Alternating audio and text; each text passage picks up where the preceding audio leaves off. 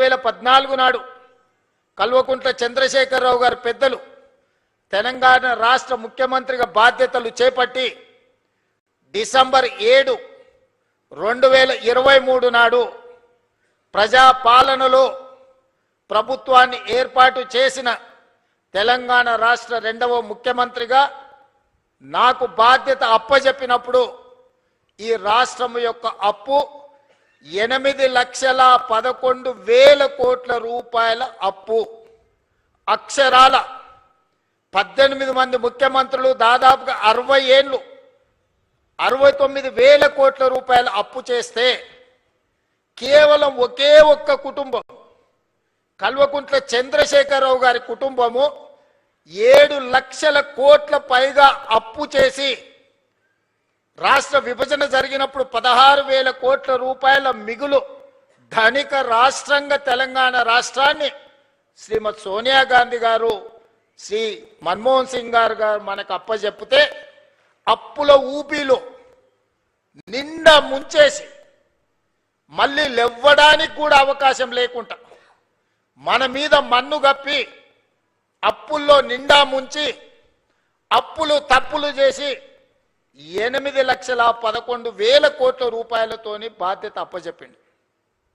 ఎన్నికల సందర్భంగా 6 లక్షల కోట్ల రూపాయల అప్పు ఉందని మేమంటే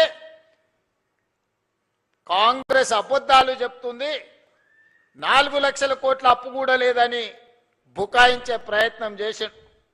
సరే అరాకొరా ఏమైనా చంద్రశేఖరరావు గారు అప్పు చెప్తుండేమో అని బాధ్యత చేపట్టిన తర్వాత ఆర్థిక మంత్రిగా బాధ్యత తీసుకున్న బట్టి విక్రమార్క గారికి మొట్టమొదటి మంత్రివర్గ సమావేశంలో నేను ఒక మాట చెప్పిన మంత్రులందరి అనుమతితో, అసలు పూర్తిగా మన రాష్ట్రం ఎంత అప్పు ఉంది, ఏ విధమైన అప్పు ఉంది, ప్రభుత్వం ప్రత్యక్షంగా తెచ్చుకున్న అప్పేంది, వివిధ కార్పొరేషన్ల మీద తెచ్చుకున్న అప్పేంది, వివిధ శాఖల మీద తీసుకొచ్చిన అప్పేంది, ఎన్ని రకాల అప్పులు తెలంగాణ రాష్ట్ర ప్రభుత్వం మీద ఉన్నాయో లెక్కలు తీయండి. ఆర్థిక శాఖలో పనిచేస్తున్న అధికారులను పిలిచి కూర్చోబెట్టండి. ఒక శ్వేత పత్రాన్ని శాసనసభలో ప్రవేశపెట్టి తెలంగాణ ప్రజలకు పూర్తి వివరాలు అందిద్దామని మేము ప్రయత్నం చేసినాం. ఇక తవ్వుతున్న కొద్దీ గుట్టల కొద్దీ అప్పులు బయటపడ్డాయి. అప్పులే కాదు, అందిన కాడికల్లా చేబదులు తీసుకొచ్చి 7 తారీఖు నాడు నేను బాధ్యత తీసుకొని ఆఫీస్కి వచ్చి చీఫ్ సెక్రటరీ గారిని పిలిచి ఈ నెల మీ జీతం వచ్చిందా అని అడిగిన. మా జీతం ఎక్కడిది సార్, నెల చివరికి కానీ వచ్చే పరిస్థితి లేదు, అది కూడా ఇన్స్టాల్మెంట్లలో ఇస్తున్నారు సార్. వెనకటికి ఎప్పుడో మేము టీవో ఫ్రిడ్జో కొనుక్కునేది ఇన్స్టాల్మెంట్లలో, ఇప్పుడు మా ప్రభుత్వ ఉద్యోగులకు 7 లక్షల మందికి మాకు ఇన్స్టాల్మెంట్లలో జీతాలు ఇస్తున్నారని చెప్పిండు. అదేందా ధనిక రాష్ట్రం, ప్రభుత్వ ఉద్యోగులకు కూడా జీత భత్యాలు ఇవ్వలేని పరిస్థితి అంటే ఇది ఇయ్యాలిగా సార్, ఆయళ్ళ నుంచి గిట్లనే ఉంది. మేము ప్రభుత్వ ఉద్యోగస్తులకు జీతాలు ఇవ్వలేని పరిస్థితుల్లో తెలంగాణ రాష్ట్రం ఉందని చీఫ్ సెక్రటరీ గారు చెప్పారు. ఇది వాస్తవం. అందుకే ఆ రోజు స్పష్టంగా చీఫ్ సెక్రటరీ గారికి చెప్పిన, ప్రభుత్వం అంటే యజమాని, యజమాని తన దగ్గర పనిచేసే వాడికి మొదటి తారీఖు నాడు జీతం ఇవ్వకపోతే ఆ యజమాని మీద పనివాడికి అసలు భరోసానే ఉండదు. భరోసా ఉండడమే లేకపోవడమే కాకుండా పని చెప్పాలంటే కూడా యజమానికి ధైర్యం ఉండదు. సమయానికి రమ్మని అడగాలంటే, లేకపోతే ఆఖరి వరకు ఉండాలంటే ఆయిగా నువ్వు లెస్స జీతం ఇచ్చినావు తీయవా, ఇక పొద్దునే రమ్మని అంటున్నావు, నేనేనో అప్పు చేసుకోవాలి, పాల బిల్లు కట్టాలి, పిల్లల బడి ఫీజులు కట్టాలి, ఇట్లా బియ్యం కొనుక్కోవాలి, ఇక నువ్వు ఎప్పుడో ఒకసారి ఇచ్చే జీతానికి ఇంకా పొద్దున్నే రమ్మనేది మళ్ళీ ఇదో పెద్ద పంచాయతీ అనేది అనే పరిస్థితి ఉంటుంది. అట్లా కుదరదు, అట్లా కుదరదు.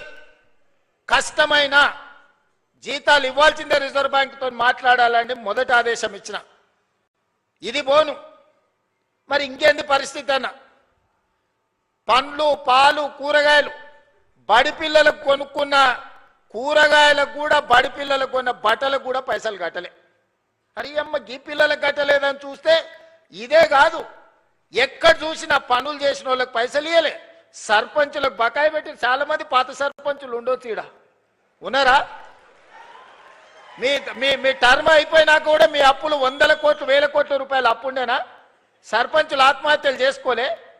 నేను వచ్చినాక మొన్ననే కదా సర్పంచులు అయింది.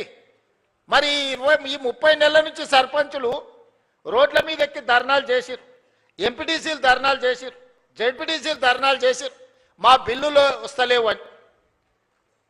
బకాయి పెట్టిందేమో బకాసూరుడు, కట్టె పాపమేమో నా మీద పడ్డది.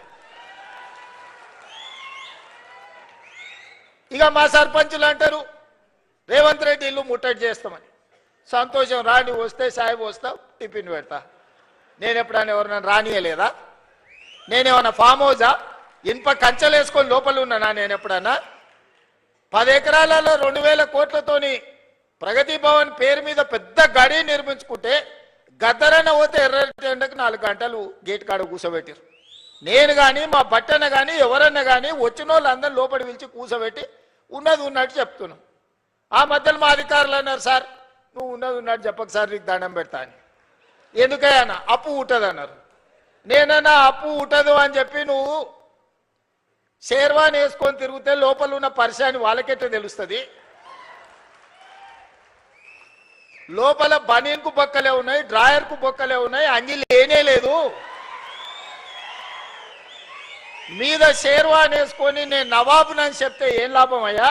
మనం నవాబులం కాదు, చంద్రశేఖరరావు దెబ్బకు బికారులుగా మారినాం. ఈ వాస్తవం వాళ్ళంతా మనోలే, వాళ్ళకి చెప్పాలి కదా.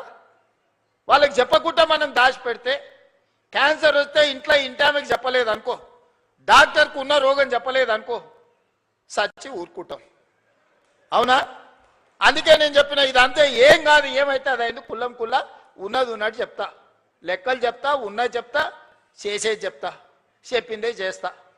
ఇది అని నిర్ణయించి నేను చెప్పిన ప్రభుత్వ ఉద్యోగస్తులకు జీతాలు ఇవ్వలేని పరిస్థితి ఉంది, పిల్లలకు కాస్మెటిక్ ఛార్జెస్ ఇవ్వలేని పరిస్థితి ఉన్నది, హాస్టల్లో మెస్సు బిల్లులు కట్టే పరిస్థితి లేదు. మా అక్కలు స్వయం సహాయక సంఘాలలో ఉన్నారు, వంటలు చేస్తే వంటల పైసలు కూడా ఇచ్చలేని పరిస్థితి ఉండే.